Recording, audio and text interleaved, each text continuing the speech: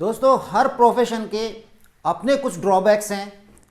अगर मैं अपने प्रोफेशन की बात करूं, मेडिकल प्रोफेशन में, तो हमारे लिए बहुत बड़ा, स्पेशली यदि बच्चों के फील्ड में बात करूं तो बहुत बड़ा ड्रॉबैक है कि मेडिसिन्स, बच्चे जो होते हैं, कितनी बार देखा गया है कि ये दवाई नहीं लेते हैं, और यदि दवाई नहीं लेंगे, दवाई को मुंह में से निकाल देंगे, फ्लोर पे गिर देंगे, आपके कपड़ों पे गिर देंगे, तो दवाई का आउटपुट आएगा नहीं, बच्चा ठीक होगा नहीं।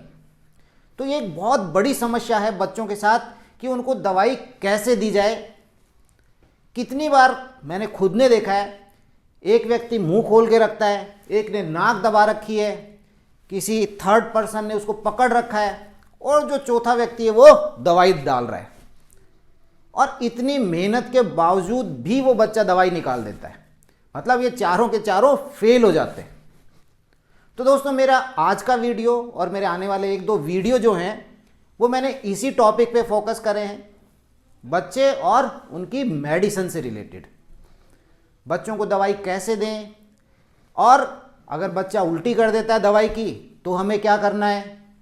तो आज का जो ये मेरा वीडियो है, आज हम इसमें बात करेंगे कि यदि आप बच्चे को दवाई देने जा रहे हैं तो उससे पहले किन किन चीज़ों का आपको विशेष ध्यान रखना है। तो देखिए दोस्तों, इसमें सबसे पहली चीज़ नंबर 1 जो है, आप बच्चे को कोई दवाई दे रहे हैं तो आपको ये पता होना चाहिए कि ये दवाई मैं किस लिए दे रही हूँ। आप अपने डॉक्टर से पूछिए।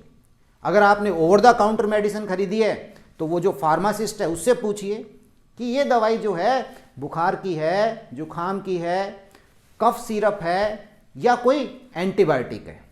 तो इसका आपको एक बेसिक नॉलेज होना जरूरी है कि आप जो मेडिसिन बच्चे को देने जा रहे हैं वो उसका पर्पज क्या है, किस लिए दे रहे हैं। दूसरी चीज जो है, आपको थोड़ा ये भी पता रहना चाहिए कि आप जो दवाई दे रहे हैं उससे उस बच्चे के अंदर क्या रिएक्शंस आ सकती हैं, यानी उस दवाई के एडवर्स इफेक्ट क्या हो सकते हैं। आप डॉक्टर से पूछ सकते हैं, जो जहाँ से आप दवाई परचेज कर रहे हैं उनसे बात कर सकते हैं। ऐसी स्थिति में कई बार देखा गया है कि कोई दवाई आपने बच्चे को दी और बच्चे के शरीर पे लाल चकत्ते उभर के आ जाते हैं, इनको हीव्स कहा जाता है, और ये एक एलर्जी की निशानी है। ऐसी स्थिति में उस दवाई को आप स्टॉप कर दें और अपने डॉक्टर से बात करें, उनको बताएं कि ऐसा इस तरह के रैशेज बच्चे की बॉडी पर आ रहे हैं। कई बार दवाई देने के बाद बच्चों को उल्टी होती है, दस्त हो जाते हैं, या फिर कुछ एब्डोमिनल डिस्कम्फर्ट होती है। यूजुअली ये एलर्जी के साइन तो नहीं है, लेकिन यदि कुछ ज़्यादा है तो दवाई की डोज थोड़ी सी हो सकता है चेंज करनी पड़े, या उसकी जो प्रिपरेशन है उसको चेंज किया जा सकता है। तो ऐसा कुछ भी हो तो ये चीज़ आप अपने डॉक्टर की निगाह में लेकर के आइए। और तीसरी बात, मैं इसी पॉइंट को आगे बढ़ाता हूँ कि अगर आपको लगता है कि बच्चे को किसी दवाई से कोई रिएक्शन हुई है तो प्लीज़ उसको नोट कर लीजिए। उस दवाई का जो फ़ोटो है वो अपने मोबाइल में रखिए, या उसका नाम, हमेशा उसकी जो स्लिप है वो आप ध्यान रखिए कि ये दवाई से मेरे बच्चे को एलर्जी हुई है। और नेक्स्ट टाइम आप कभी भी डॉक्टर के पास जाएं तो उन्हें ज़रूर बताइए कि मेरे बच्चे को इस दवाई से एलर्जी है। ये बच्चे के लिए भी बहुत अच्छा है और डॉक्टर के लिए भी अच्छा है, क्योंकि डॉक्टर को ये जानना बहुत ज़रूरी है कि मेरे मरीज को या मेरे बच्चे को किस दवाई से एलर्जी है, तो वो दवाई वो उसको ध्यान रखें, अपना प्रेस्क्रिप्शन लिखते समय उसका ध्यान रखें। तो दोस्तों, इसके अलावा 3 चीज़ें तो मैंने आपके साथ शेयर करी हैं। चौथी चीज़ ये है कि यदि आपका बच्चा किसी लंबी दवाई के ऊपर है, कोई क्रॉनिक मेडिकेशन के ऊपर है, या कोई ऐसी बीमारी है जिसकी वजह से उसको लंबी दवाई चल रही है, तो आप जब भी डॉक्टर को दिखाने जाएं तो आप वो दवाई जो है अपने साथ लेकर के जाएं, या वो दवाई डॉक्टर को बताएं कि मेरा बच्चा इतने समय से, इतने महीनों से इस दवाई के ऊपर है। तो डॉक्टर को ध्यान रहेगा, क्योंकि बहुत सी दवाइयों के आपस में इंटरेक्शन होते हैं कि वो 2 दवाइयाँ साथ देनी है या नहीं देनी है। तो ऐसी स्थिति में वो आप उसे ज़रूर बताएं।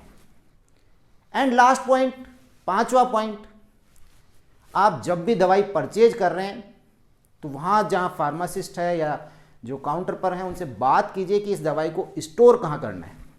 रेफ्रिजरेटर में स्टोर करना है या शेल्फ के अंदर स्टोर करना है।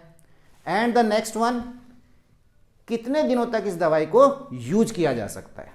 आप डॉक्टर से पूछ सकते हैं, आप फार्मासिस्ट से पूछ सकते हैं कि ये कितने दिनों तक हम इसे यूज में ले सकते हैं। कितनी बार आप लोगों के घर के अंदर एक्सपायर्ड मेडिसिन रहती हैं, प्लीज़ ऐसा नहीं करें। जो भी मेडिसिन एक्सपायर्ड है उसे तुरंत प्रभाव से डिस्कार्ड कर दीजिए। और बहुत इंपॉर्टेंट एक पॉइंट मैं आपके साथ शेयर कर रहा हूँ, कई बार बच्चे जो है टोडलर्स होते हैं स्पेशली, ये दवाई इनकी अप्रोच में होती है और ये उसे खा करके आ जाते हैं। कई बार मेडिकल इमरजेंसी हो जाती है इस कंडीशन में। तो जो भी दवाई आपके घर में है आप उन्हें बच्चों की पहुंच से दूर रखिए। तो दोस्तों ये आज का जो वीडियो था, मैं ये चीज़ें 5 चीज़ें आपके साथ शेयर करने जा रहा था कि आप बच्चे को दवाई देने जा रहे हैं तो उससे पहले आपको इन चीज़ों का ध्यान रहना चाहिए। अगला जो वीडियो होगा उसमें मैं फिर बात करूंगा कि आप जब दवाई दे रहे हैं तो वो कैसे देनी चाहिए कि बच्चा उसे इजीली एक्सेप्ट कर ले, और उस समय हमें किन किन चीज़ों का ध्यान रखना है। तो दोस्तों यदि आप मुझसे संपर्क करना चाहते हैं, मुझसे कांटेक्ट करना चाहते हैं, तो मेरे हॉस्पिटल की जो वेबसाइट है उसका मैंने डिस्क्रिप्शन में लिंक दिया हुआ है। और इसके अलावा मेरी आपसे रिक्वेस्ट है कि आप मुझे FB, फेसबुक पर और इंस्टाग्राम पर भी फॉलो कर सकते हैं। उसका लिंक भी मैंने डिस्क्रिप्शन में दिया हुआ है। वहाँ भी मैंने कुछ पिक्स एंड नए वीडियोज़ अभी डाले हैं, होपफुली आपको पसंद आएंगे। और आज का वीडियो भी आपको इन्फॉर्मेटिव रहा होगा, जिसे लाइक करें, शेयर करें एंड चैनल को प्लीज़ सब्सक्राइब करें। Thank you.